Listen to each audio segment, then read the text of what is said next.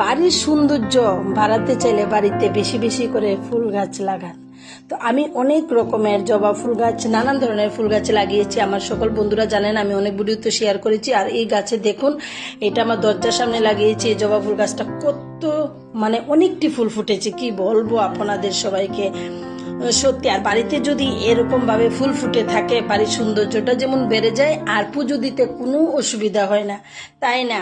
তো দেখুন, আমি একটু শেয়ার করছি আপনাদের সাথে। সকাল সকাল উঠে দেখলাম এত সুন্দর এতগুলো ফুল ফুটেছে, ভাবলাম একটু তাড়াতাড়ি ভিডিও করে নিই, তার জন্য ভিডিও করছি। তো অনেক কালারের ফুল ফুটেছে, ঘন্ট ফুলও ফুটেছে, অনেকগুলো ফুল ফুটেছে। এদিকে চন্দন জবা প্রতিদিন নাই নাই করেও 100-র উপরে ফুল ফুটে আমার এই গাছটাতে। আর এই গাছটা আমি প্রথম লাগিয়েছিলাম বাড়িতে, এই বাড়িতে আসার পরে। তারপর দেখুন ঘন্ট ফুল আরও এখানে ফুটেছে, অনেকগুলো ফুটেছে বন্ধুরা। তারপর সামনে একটা গাঁদা ফুলের গাছও আছে। ওই দেখুন আর একটা এক পাপড়ি, 5 পাপড়ি যেটা বলে, গোলাপি কালারের জবা ফুটেছে। তারপরে এই গাঁদা ফুল গাছটা, এটা শীতের সময় ফুটবে। অনেকগুলো গাছ এরকম বড় হয়ে আছে, সেগুলো শীতের সময় ফুটবে।